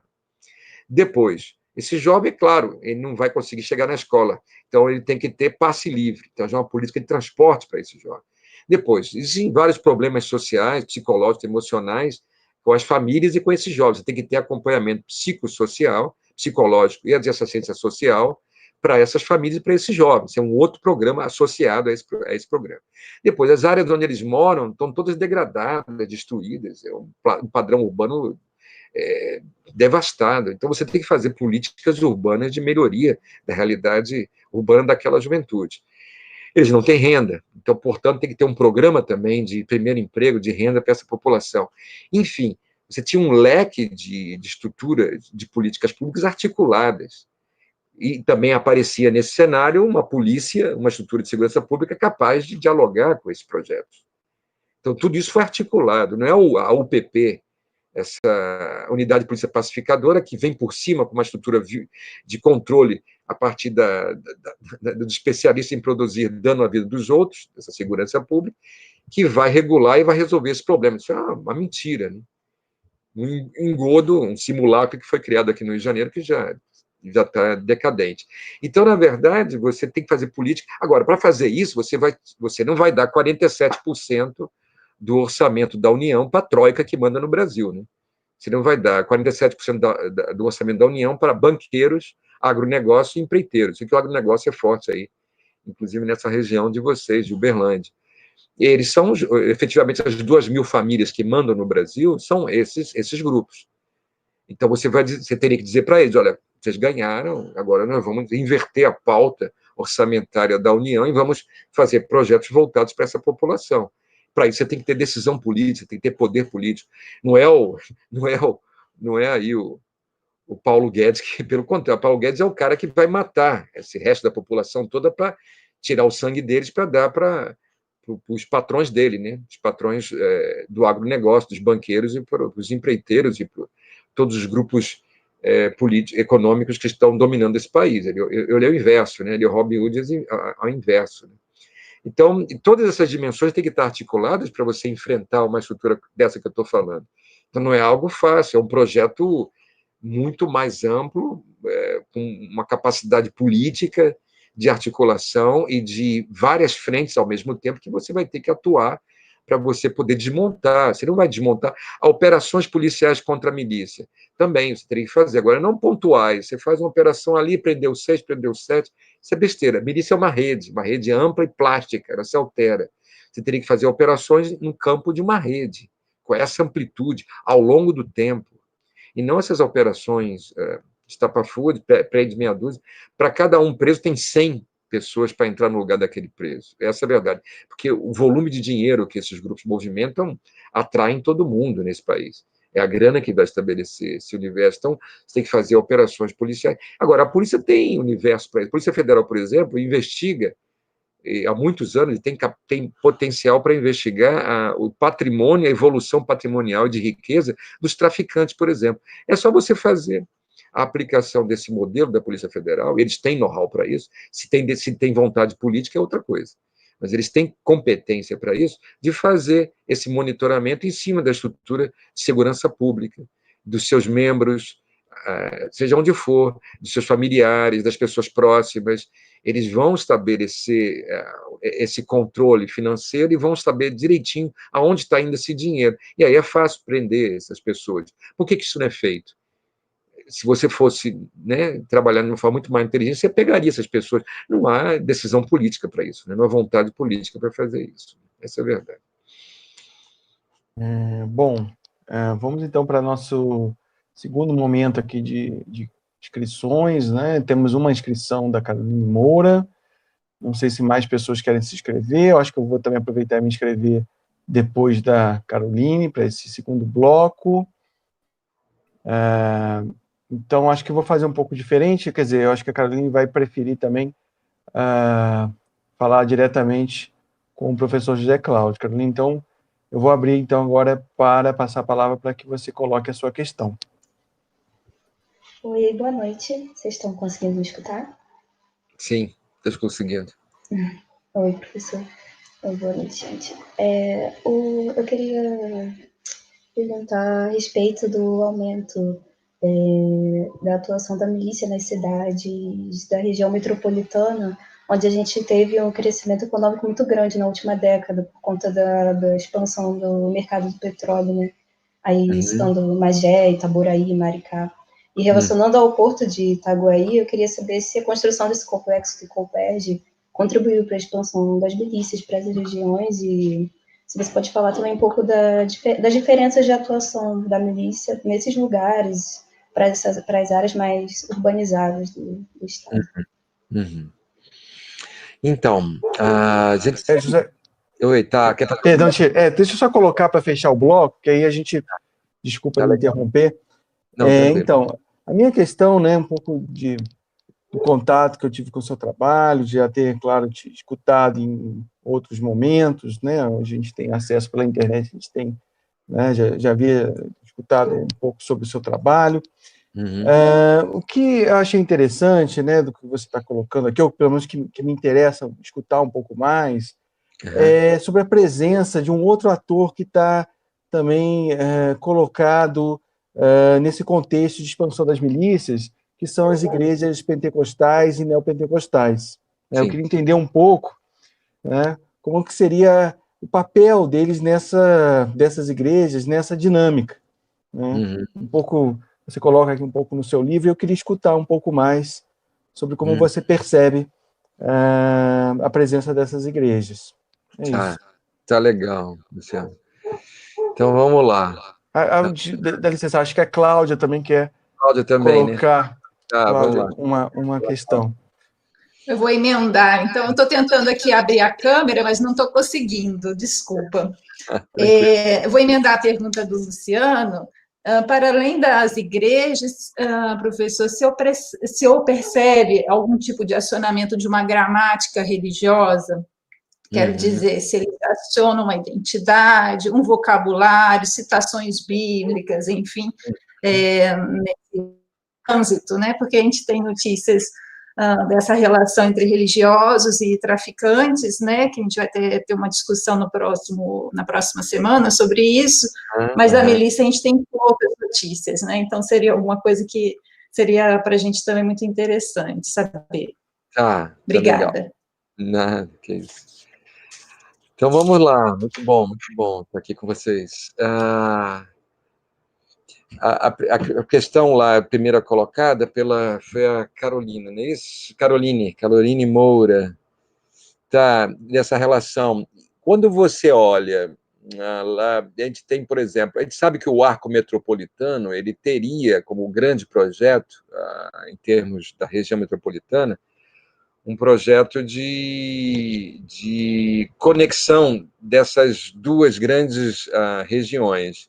De um lado, a dimensão lá do Comperj, e daquele lado lá você tem o Porto de Manilha, que ali perto de São Gonçalo, naquele eixo lá, é um porto de profundidade razoável, e a conexão desse polo petroquímico com o polo já aqui da região de Itaguaí, que já é um polo onde você tem a CSA, né, a Companhia Siderúrgica do Atlântico, hoje está até, acho que tem um outro nome, tem uma outra empresa já operando, não é mais a TKCSA, já é outro grupo. Enfim, são duas estruturas de produção industriais descartadas do modelo central europeu, que não quer mais esse tipo de indústria nas suas áreas, porque elas estão extremamente poluentes, extremamente danosas à população, ao meio ambiente, e então elas acabaram se alojando nesses dois extremos, aonde o arco metropolitano funcionaria como uma espécie de vetor, de canal para você fazer uma expansão urbana, industrial, nesse eixo como um todo, que, na verdade, se você conhece, você sabe que já é um eixo mais que tem características mais rurais, né? Seria uma tentativa de metropolização desse projeto, ou mega metropolização, na verdade, né, desse projeto urbano industrial do Rio de Janeiro. E claro que, então, a milícia, nesse espectro, você também depois corrigiu, né? Seria Macaé, lá para o norte do estado, né? Cabo Frio e Macaé, na dimensão do petróleo e do gás. Nesse eixo, você tem ali em Duque de Caxias a refinaria, né? E mais de 200 empresas, a Reduc, né? Refinaria Duque de Caxias, e mais de 200 empresas ao redor dessa refinaria, que também faz parte desse complexo do petróleo e gás, também causando danos muito grandes para a população, para o meio ambiente. Enfim, nesse espectro aí que eu estou falando, geográfico, essa geopolítica, política econômica do Rio de Janeiro, é claro que a milícia, então, ela vai construir os seus pontos, né? E em Itaboraí ficou muito claro, na construção do Comperj, ela atuou, e, ao meu ver, ainda continua atuando, não tem informações que isso tenha se interrompido, apesar de ter tido operações da polícia e prisões em relação a isso, e inclusive era a milícia que a Dani acabou de falar, de uma localidade onde essa milícia se constituiu inicialmente, era a milícia lá do Orlando Curicica, que é um cara lá de Curicica que montou essa estrutura lá em Itaboraí, junto ao Comperj, que era o seguinte, somente aqueles que pagavam a milícia conseguiam trabalhar no polo, lá na construção do polo petroquímico, né? Então, a milícia se adequou a essa estrutura. Ali em Duque de Caxias, a milícia atua no roubo de petróleo cru das tubulações, e eles constroem mini refinarias dentro da casa das pessoas, expondo as pessoas a um risco muito grande de acidente, e vendem esse combustível adulterado. Já é uma outra modalidade que a milícia desenvolveu ali em Duque de Caxias. É forte, é um grupo forte, inclusive já com candidatos eleitos, vereadores, vinculados a eles, recentemente identificados. Identificados e presos, parece. É uma operação que chegou a prender um deles, mas isso tende a crescer porque há muita grana envolvida. Já no campo aqui de Itaguaí, onde tem esse porto, né, mais expressivo, você tem toda essa milícia atuando na Zona Oeste e na Baixada, com esse vértice que eu falei lá no Porto de Itaguaí, e eles operam mais com estruturas de captação de dinheiro de comerciantes, de moradores, tráfico de drogas é forte, né? A milícia sempre atuou, aí isso é bom lembrar a vocês que isso é um marketing que a milícia fez, de que ela viria para proteger a população dos traficantes, é a história. A milícia sempre atuou no campo do tráfico de drogas e normalmente vinculada a uma das facções que é o Terceiro Comando Puro, uma facção que sempre fez negociação, fez acordos, né, e que vai operar junto, alugando áreas da milícia para poder vender. drogas e pagar o arrego. Então, nessa região que eu estou falando, tem isso, mas como o Porto é uma área, atua de uma forma muito mais ampla, internacionalmente falando, pode surgir, eu não tenho informações sobre isso, né, mecanismos de comercialização mais amplas que possam levar ao capital internacional. Isso eu não tenho informações, mas acredito que é possível. Acredito que isso é um projeto e que isso possa já estar até ocorrendo com contrabandos, com exportações por exemplo, a milícia vende muito cigarro contrabandeado do Paraguai, não precisaria do Porto, né? O Paraguai entra pela fronteira seca. Mas eu não sei se isso pode virar um esquema mais amplo. E as drogas também ganharam um esquema mais amplo. Eu acho que o Feltran falou para vocês aí de como é que você transforma um carro que custa 200 mil em 2 milhões de reais vendendo cocaína lá na Europa, né? Vocês sabem que existe um caminho que a droga percorre no Brasil e que vai transformar 200 mil em 2 milhões na mão de traficantes. Esse esquema na mão de milicianos também gera potencial muito grande. Você tem na Baía de Sepetiba, onde está o Porto de Itaguaí, já a comercialização do camarão pescado em época de defeso, que é um valor razoável nos restaurantes dessa região. Então, você tem vários mercados que estão emergindo nesse eixo como um todo e que associam a questão do combustível, a questão das empreiteiras, a questão do controle territorial de comerciantes, empresários, nesse eixo do arco metropolitano que conecta Itaboraí. Claro que o eixo lá de Macaé é mais antigo em relação à exploração do petróleo. Eu sei que a criminalidade cresceu muito naquela região e, com certeza, os grupos de extermínio, porque as pessoas querem ver a milícia nesses moldes que o Rio de Janeiro tem, com essas características todas, e nem sempre vai ser assim. A milícia ela atua de acordo com o que dá mais. Então, pode dar mais, por exemplo, simplesmente matando traficantes em operações, para que uma facção entre no lugar da outra e passe a pagar o arrego maior. Isso é uma atuação de milícia também. Ou ela pode atuar na área rural, matando pessoas que fazem ocupação de terra, ou sindicalistas no meio rural que são assassinados, ou a milícia pode estar atuando na área mais, como aquela região dos lagos, ali Macaé, Cabo Frio menos, né? Macaé, região dos lagos, Rio das Ostras, São Pedro da Aldeia, Arraial do Cabo, ali é uma área de turismo, né? Forte, pesado ali o turismo, né? Então a milícia pode estar atuando ali a partir dos interesses do mercado hoteleiro, do mercado turístico, de tudo que está envolvido nesse capital turístico e atuando em cima daqueles que prejudicam seus interesses. Pode ser pequenos ladrões, pode ser ocupantes de terra, pode ser pessoas que estão atrapalhando de alguma forma esses negócios. Então, a milícia ela vai se constituindo no Brasil como um todo de acordo com os interesses. Você pode estar matando pessoas lá no norte, no nordeste, a partir dos interesses de mineradoras, do agronegócio, dos grileiros de terra, dos latifundiários, fazendeiros, matando indígenas, quilombolas, ribeirinhos, poceiros, enfim, qualquer grupo social que se contraponha aos interesses desses grupos, a milícia vai atuar como grupo de extermínio, que a origem dela é essa. Então, não precisa ter a mesma caracterização da milícia carioca ou aqui da Baixada, né, da região metropolitana do Rio de Janeiro, entendeu? Você tem combinações em cada área dessa. Essas que eu falei para você são algumas possíveis que você pode ver, mas outras podem estar emergindo, eu posso também estar aqui um pouco me esquecendo.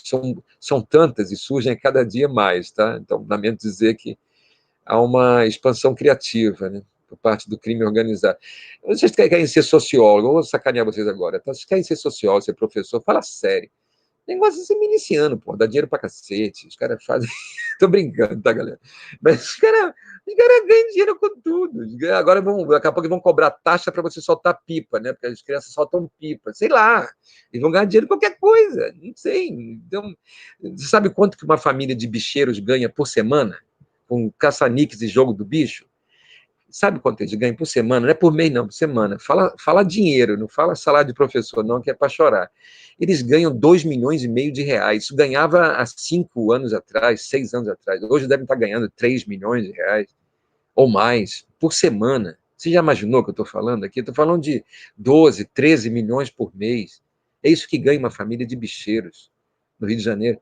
A gente fica falando de dar aula, fala sério, milícia ganha milhões com todo esse processo pulverizado. Então, é um universo, em termos social e econômico, que percola tudo, contamina tudo. Ninguém escapa. Eles vão regulamentar a sociedade, eles vão normatizar a sociedade. Aí vou agora para a questão colocada pelo Luciano e pela Cláudia, né? A questão dos evangélicos, dos neopentecostais, pentecostais principalmente. Então, compreendam uma coisa. Desde o final da ditadura, a ditadura construiu o seu modelo, a ditadura terminou, sucessivos grupos políticos tentaram montar projetos nacionais, políticas públicas, e todos eles, indiferentemente, mesmo a esquerda, mesmo Lula, Dilma, indiferentemente, todos eles trataram as políticas sociais como uma espécie de cientificidade tecnicista, de ONGs ou discursos de terceiro setor, ongueiros, ou de políticas pontuais compensatórias, ou naquilo que eles consideravam do mais moderno para atender a população, que no fundo deu em nada, efetivamente. Um Bolsa Família de R$80 por filho na escola não vai mudar o destino social daquelas famílias, compreendam isso. Pode dar um alívio, pode dar uma ajuda, mas não vai mudar a dimensão aonde aquelas famílias... Minha Casa Minha Vida ajudou muita gente. Como ajudou? Ajudou os milicianos a constituírem listas de quem vai entrar e dos serviços que eles estão captando. O Bolsa Família ajudou o quê? Na Baixada Fluminense, ao matador, membro de grupo de extermínio, distribuir Bolsa Família, porque não houve controle algum sobre a ponta dessas políticas públicas. Fala sério, nunca houve controle sobre isso. Então, você pode criar algo megalomaníaco, achando que vai salvar a população brasileira, mas entregar isso na mão dos que estão no poder hoje, da canalha assassina. Então, fala sério, né? Vamos fazer um debate, pelo menos com algum nível. Esse Estado, ele nunca tratou a população que foi atingida por suas políticas como uma população capaz de construir essa política. Eles não são atores. Eles não têm uma criatividade política aplicada às construções políticas sociais. Eles foram simplesmente entregues ali onde eles estão. Então, na Baixada Fluminense ou no Rio de Janeiro, essas populações foram entregues à própria sorte. Só que, ao ser entregues à sua própria sorte, elas se constituíram em projetos próprios de sobrevivência e de proteção. As igrejas evangélicas, elas persistiram e se constituíram assim. Elas são capazes de reconstruir projetos de vida destruídos. Pessoas com famílias destroçadas, doentes, dependentes químicos, desempregados, pessoas psiquicamente devastadas, emocionalmente incapazes de lidar com esse tipo de sociedade que nós somos, né? Como se nós fôssemos normais, né? Eu não sou normal. Viver num lugar com isso tudo que eu estou falando para você, eu tenho um mínimo de loucura, né? Sou um suicida com um potencial razoável, né, de loucura. Então, o que nós somos? Então, essas pessoas entregues à sua própria sorte, elas conseguiram constituir projetos de resgate de si mesmos. E as igrejas evangélicas foram isso. Só que a estrutura das igrejas evangélicas, elas são também fáceis de se relacionar com estruturas políticas que predominaram nessa região. Estruturas políticas do político que compra voto, do político que faz favor, do clientelismo urbano total, clientelismo que eu vou dar o ar-condicionado da sua igreja, vou dar os bancos da sua igreja, vou dar a viagem de ônibus da sua igreja para um encontro nacional, sei lá, tudo que é possível para esses grupos se constituírem como grupos na sua fé, na sua dimensão de reconstrução de projetos de vida, isso também vira moeda de troca. E foi assim que se constituiu. Por isso que as políticas, a ausência de Estado, na verdade, é a presença de Estado nesses moldes clientelísticos. Esses espaços foram constituídos ao longo de décadas. Tem regiões da Baixada aqui que, sei lá, quase 50% da população é evangélica. Eu estou numa cidade que eu acho que é isso. Está beirando isso. E daqui a pouco você sabe que no Brasil, como um todo, os evangélicos serão um grupo maior. Por quê? Porque ali os pobres falam, dão testemunhos, eles são analfabetos, eles pregam, eles oram, eles fazem louvor, eles têm projeção, eles estão reconhecidos. E isso é determinante para aquelas pessoas, para a vida delas. Isso resgata, de fato, a estrutura pessoal, social, econômica, política daquelas pessoas. Eles vão fazer esse trabalho.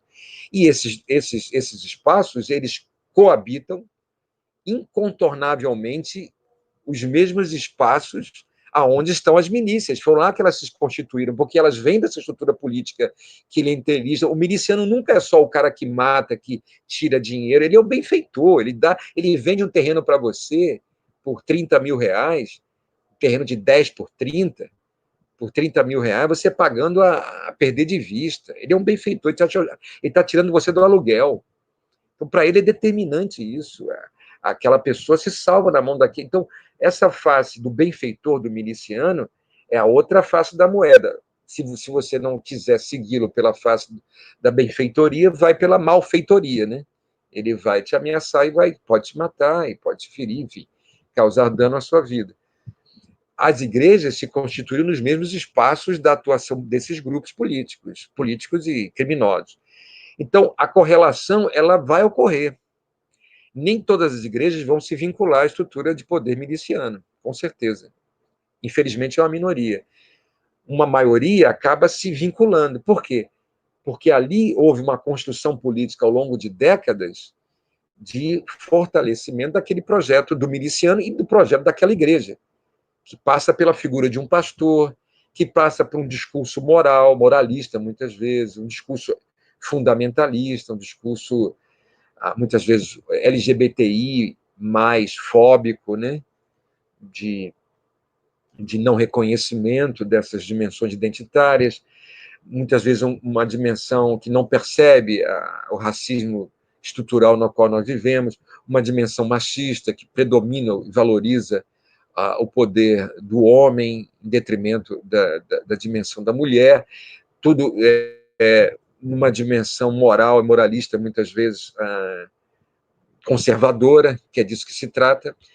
Isso vai ter uma aliança efetiva, que é um discurso weberiano meu, né, já, uma eleição efetiva entre essas igrejas e a dimensão política, cultural das milícias, do bandido bom e bandido morto, do cara que controla a área, que dá dízimo na igreja. Tudo isso vai se correlacionar. E aí você tem a produção desse fenômeno que nós estamos vivendo. Agora, esse mundo evangélico é um mundo de uma extrema complexidade. Tratá-lo meramente como um biombo da estrutura de poder miliciana é um erro, um equívoco total. Esses grupos protegeram várias vidas em relação à atuação do tráfico de drogas, por sua vez, que passa também pela estrutura do Estado, a partir da estrutura policial. Então, essas igrejas resgataram vidas, essa é a expressão deles, tá? Resgatar vidas é da estrutura pentecostal, evangélica, religiosa. Eles resgatam essas vidas de estruturas do tráfico de drogas, da dependência química, da violência perpetrada pela polícia, né? Eles vão ser mortos pela estrutura formal da segurança pública do Estado. Então, eles conseguiram salvar isso. Por outro lado, eles acabam também emparedados por uma estrutura de poder miliciano que se constitui nessas áreas e acabam se relacionando e tendo benefícios com essa estrutura de poder. Porque, como eu estou dizendo, é uma estrutura muito maior, não é um traficantezinho. Ele é um cara que tem correlações de força com políticos, com prefeitos, com vereadores, com deputados, enfim, com a estrutura do judiciário, com a estrutura da saúde pública. Você fura uma fila de um aparelho respirador do SUS quando você está morrendo por Covid a partir de uma estrutura política. Então, é isso que a milícia permite a uma igreja. Isso é complexo. Então, por outro lado, eles resgataram vidas, mas, por outro lado, eles se correlacionam. Então, você tem uma complexidade aqui, eles não são ingênuos, eles têm seus interesses, sim, eles se protegem, eles sabem como também, no campo religioso, igrejas mais poderosas do que eles, consolidadas ao longo da história do Brasil, como a Igreja Católica, também fez vínculo com a estrutura da extrema-direita, com discursos moralistas, fundamentalistas, conservadores também.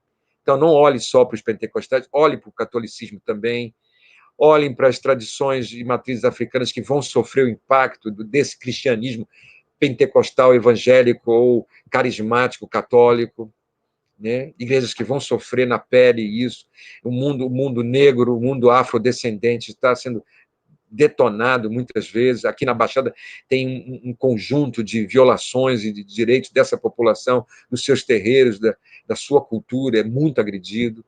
Então, tudo isso faz parte do campo religioso, que, ao você olhar para o mundo miliciano, você tem que refletir essas dimensões no campo religioso e compreender como que cada espaço desse do campo religioso estabelece sua relação com essa estrutura de poder. É inevitável. Como eu estou dizendo para você, é inevitável essa relação, como ela vai se dar. E aí você tem essas complexidades que hoje nós estamos vivendo, sim. Você tem... Aí alguém estava perguntando, acho que foi a Cláudia, né? A questão do léxico. Sim. Eu já tive um relato recente aqui em Queimados, de um amigo. Esse amigo tem um amigo que é pastor, praticamente, de uma igreja, né? E eu conheci esse rapaz. E, segundo ele, esse rapaz teria relatado que, dentro de uma igreja lá, havia o seguinte discurso. O discurso era: olha, Deus, na Bíblia, de tempos em tempos, vai enviar o seu vingador. Vai enviar aquele que vai proteger o seu povo e que vai proteger de uma forma violenta. Aí tem vários. São vários relatos. Você não precisa ficar muito tempo na Bíblia para achar esses relatos. Eles existem, desses vingadores que Deus... E aí, simplesmente, a conclusão era muito lógica, era muito simples. Ele dizia: a milícia é um desses atores, um desses personagens que Deus envia hoje para nos proteger. Isso é um discurso religioso, um léxico, né? Toda uma construção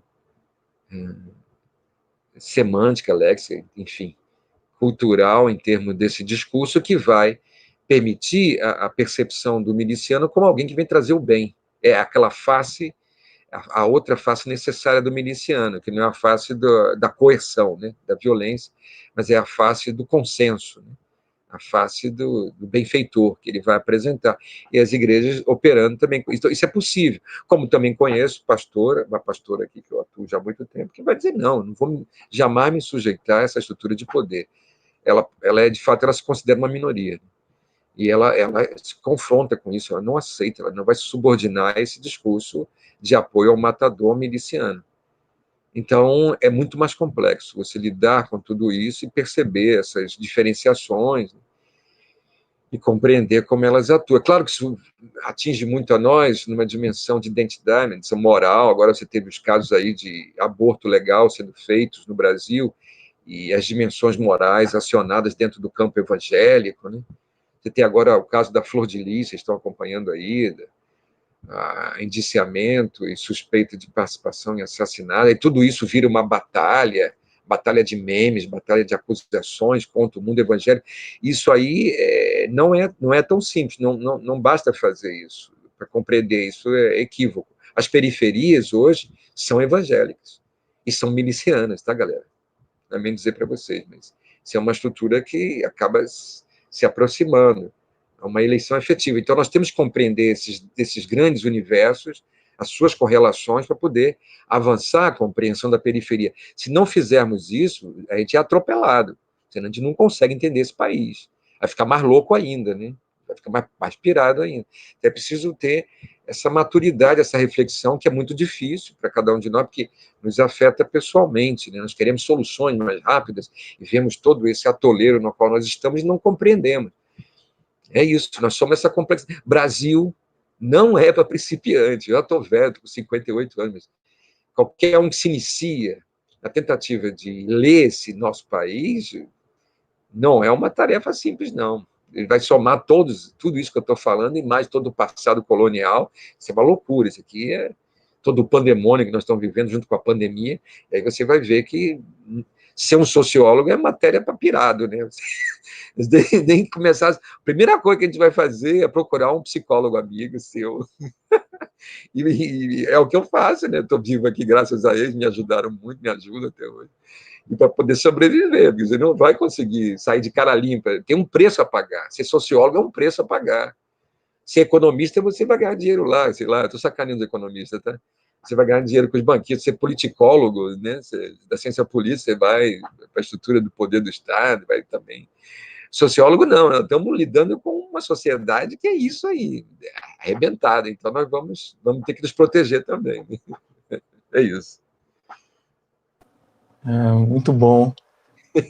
Achei excelente. Eu acho que você sempre traz aí, consegue fazer essa aproximação de uma descrição muito sensível, né, daquilo que está se passando nesse momento, né, vamos dizer assim, no campo, com temas mais amplos. Eu acho que isso nos ajuda muito aqui, aqueles que estão interessados nesses temas, né, de violência urbana, enfim, especialmente sobre o crime organizado, os mercados ilegais, e todo esse conjunto de temas. Eu vejo aqui que não temos mais nenhum inscrito, né? Também estamos se aproximando do nosso teto, né? Mas então eu quero agradecer a presença de todos, especialmente do professor José Cláudio. Foi um momento muito bom, acho que vai marcar muito os nossos estudantes, não só pelas suas falas sobre os riscos de ser sociólogo, mas também, né, para entender mais esse fenômeno das milícias que, né, como você bem colocou, se espalham como uma lógica, né, por todo o Brasil, né? Isso. E, enfim, claro que a gente vai continuar conversando, se não sempre diretamente, mas a gente se encontra nos nossos trabalhos, a gente se encontra também, né, em outras videoconferências, né, que estão em vogas nesse momento. E aí eu queria deixar mais uma vez esse agradecimento. Obrigado a vocês. Né? Foi ótimo, muito rico. Essa de vocês é muito boa, né? As perguntas, muito bom. Obrigado a vocês também. Obrigado a você que organizou, Luciano, a Todo mundo aqui Cláudia, agradecendo. a outra professora também que me convidou, esqueci o nome dela. Acho que, por último, alguém pediu aqui a fala para se despedir também, eu acho, não sei. Mas está todo mundo aqui agradecendo também, os nossos alunos. Bom, eu no fim eu só queria, antes de terminar, fazer um outro convite, né? Porque semana que vem, dia 3 de setembro, a gente continua, né, com o nosso ciclo de palestras, né? Como eu disse, parte também da disciplina aqui do curso de Ciências Sociais da Universidade Federal de Uberlândia.